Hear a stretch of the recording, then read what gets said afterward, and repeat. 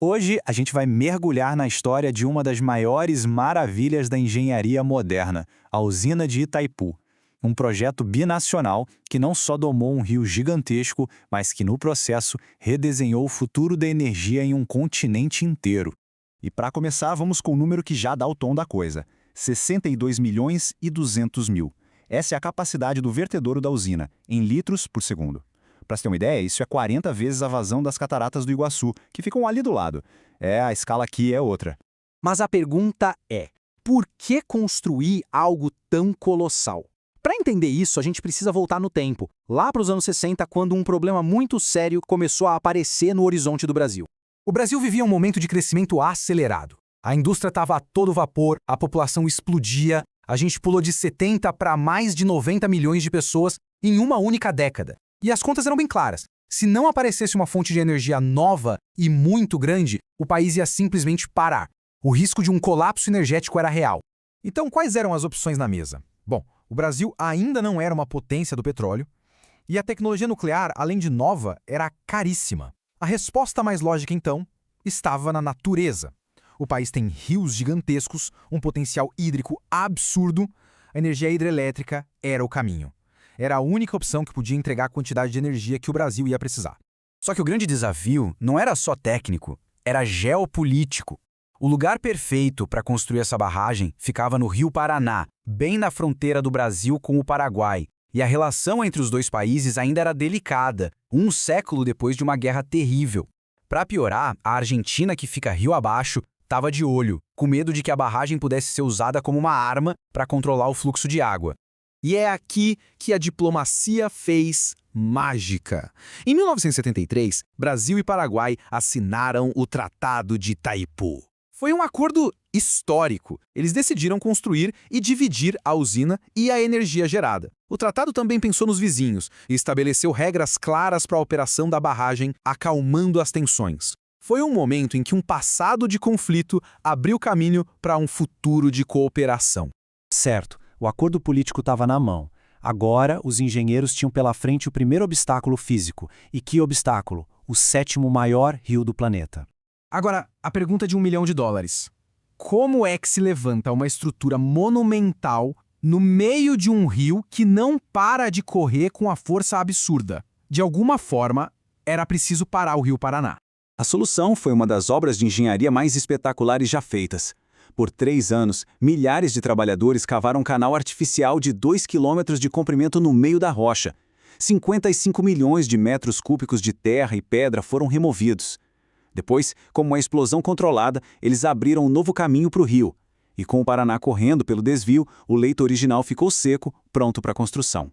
Com o rio fora do caminho, o foco se voltou para a barragem principal. E é aqui que os números começam a ficar realmente difíceis de acreditar. 12 milhões e 700 mil metros cúbicos.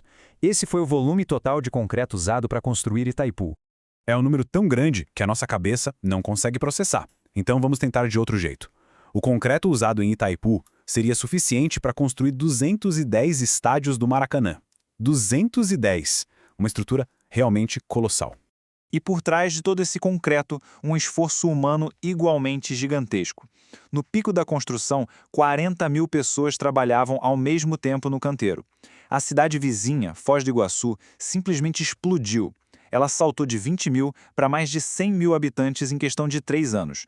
Mas claro que uma obra desse tamanho teve seus momentos de tensão. Durante a escavação da base, os engenheiros encontraram uma camada de rocha fraca, decomposta, que eles apelidaram de solo podre. Era uma falha geológica bem embaixo da fundação, que poderia comprometer tudo.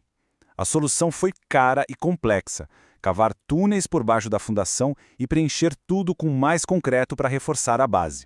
Até agora a gente falou muito de força bruta, de mover rios e de despejar montanhas de concreto. Mas agora vamos entrar no coração da barragem, onde a engenharia de precisão transforma a força da água em eletricidade. A física por trás de tudo é, na verdade, bem elegante. A água do reservatório, que fica acumulada a quase 200 metros de altura, guarda uma quantidade absurda de energia potencial. Quando as comportas abrem, essa água desce com uma força brutal por dutos gigantes e gira as 20 turbinas que ficam lá embaixo. E é esse movimento de rotação que gera a eletricidade. Mas como se garante a segurança de uma estrutura que segura uma pressão de água tão inacreditável? A resposta para essa pergunta está escondida dentro da própria barragem. E essa é uma das coisas mais interessantes sobre Itaipu. A barragem é oca por dentro e foi projetada para se mover. Ela é tratada quase como um organismo vivo, monitorado o tempo todo por milhares de sensores. Pêndulos gigantes medem qualquer inclinação.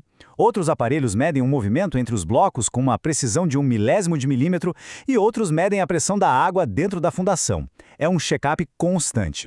E assim, depois de anos de planejamento, de diplomacia e de uma construção monumental, o projeto finalmente chegou ao fim, deixando um legado que dura até hoje. Essa linha do tempo aqui resume bem a jornada. Tudo começa com o tratado em 73, o marco diplomático. 5 anos depois, o desvio do rio, um feito da engenharia. Em 82, o reservatório começa a encher. E aí, em maio de 84, o grande momento. A primeira turbina finalmente gera energia. E em 91, o projeto atinge seu auge, se tornando a maior usina do planeta na época. Mas esse progresso todo teve um preço, e um preço alto. Uma área gigantesca foi inundada, o que fez desaparecer para sempre as cataratas de 7 Quedas, uma maravilha da natureza. Uma operação de resgate sem precedentes salvou mais de 36 mil animais, mas o impacto ambiental foi enorme. E teve também o custo humano. 145 trabalhadores perderam a vida durante a construção. E aqui está o resultado de todo esse esforço. Hoje, Itaipu cumpre exatamente a promessa que fez. Pensa só, ela fornece quase 87% de toda a energia do Paraguai. É a energia que move o país. Já para o Brasil, com sua matriz energética muito maior, Itaipu ainda representa cerca de 7% de todo o consumo nacional. Ou seja, ela é fundamental para a segurança energética dos dois países. Essa frase de um dos engenheiros que trabalharam no projeto diz tudo. Itaipu foi algo inédito no mundo. Um esforço que reuniu o que havia de melhor na engenharia mundial para fazer o impossível acontecer.